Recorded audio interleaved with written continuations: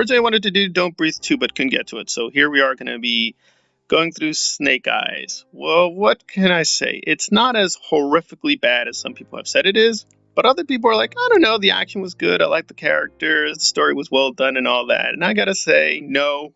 There were a lot of problems. But at the same time, I can't say it's like worst of all time with a capital W. So it's not Artemis Fowl. It's not Infinity War. It's not Avengers Endgame. Right? It's not one of those just horrifically, just incredible bad things like Battlefield Earth. It's not at that level. But it is pretty awful. And it's not well done. It's not a good film. At the same time, it is pretty competent in certain places. The action, I think, was filmed in certain parts very well done. And if you like the story, the way they're reorienting the character, you'll kind of dig it, but I did not, because I know G.I. Joe from the cartoon. I've seen the first film. I've dabbled in the G.I. Joe verse for a while, and this feels so alien to that universe that it's sort of like, who is this for? I don't know.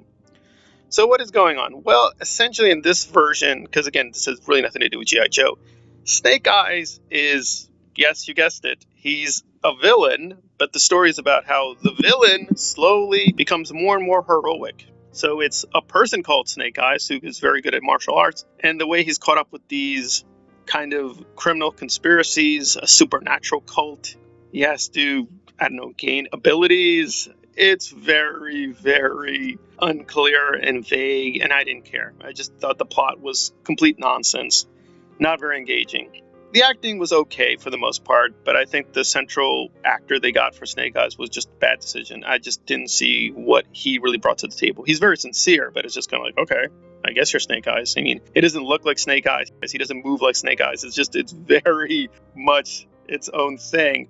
And there is a kind of G.I. Joe connection because Scarlet just shows up and she beats up a couple of guys in the bathroom. Yeah, don't ask about that. That's pretty clearly stolen from Mission Impossible, but just not as well done.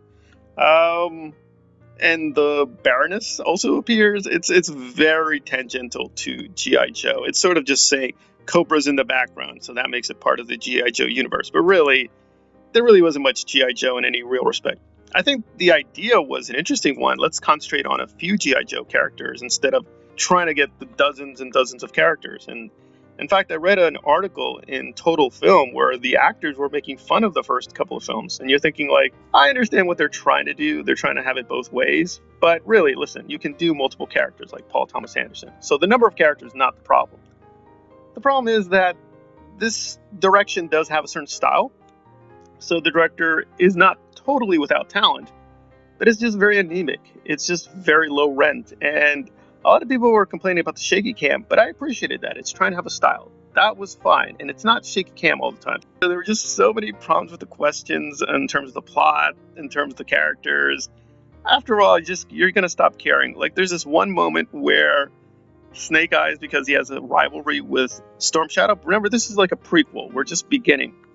And Storm Shadow just gets angry and just walks away from him out of this house or this room. And then a scene later, Snake Eyes is like, I really need to get that guy. I really need to bring him back.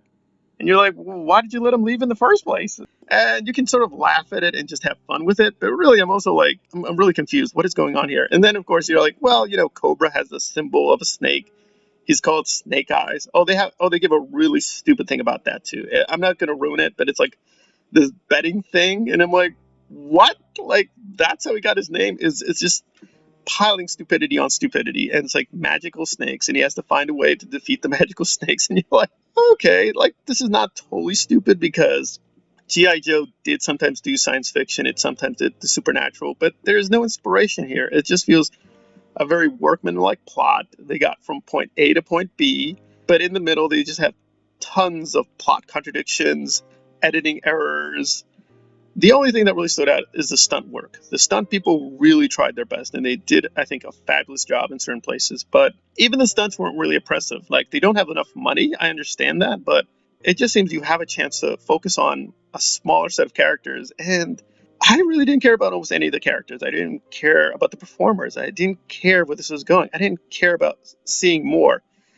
Like, the best I can say, and I'm not even trying to spoil the film, is that we finally do get Snake Eyes in his costume near the very end. But it's like, This is a totally different character. It's a totally different story. So it doesn't mean anything. It's just like, just because he shows up in the iconic helmet and the black costume is like, what was the point? It didn't mean anything. I can't say it's incompetent. It was competent enough, but I wasn't even angry with it. I was just tired after a while and frustrated. And I can see why people don't like it, but I can see why people do like it, because it was well done enough in certain places. You'd be like, I don't know, plot isn't everything. You're hung up on these nitpicks with editing, and yeah, I understand that part. So I'm trying to be fair to both sides.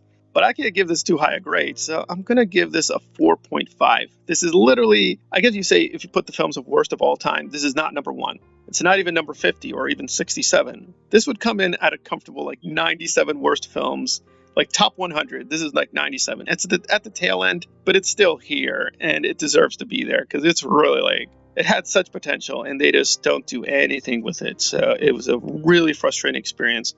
And I don't ever want to look at it again, but I probably will do a couple more hate videos because it deserves it. But they did do enough good stuff that I can see, like, people just like, I don't know, it's kind of fun and stupid. I wish I could believe that. This has been a non-spoiler review of Snake Eyes. Thank you for listening.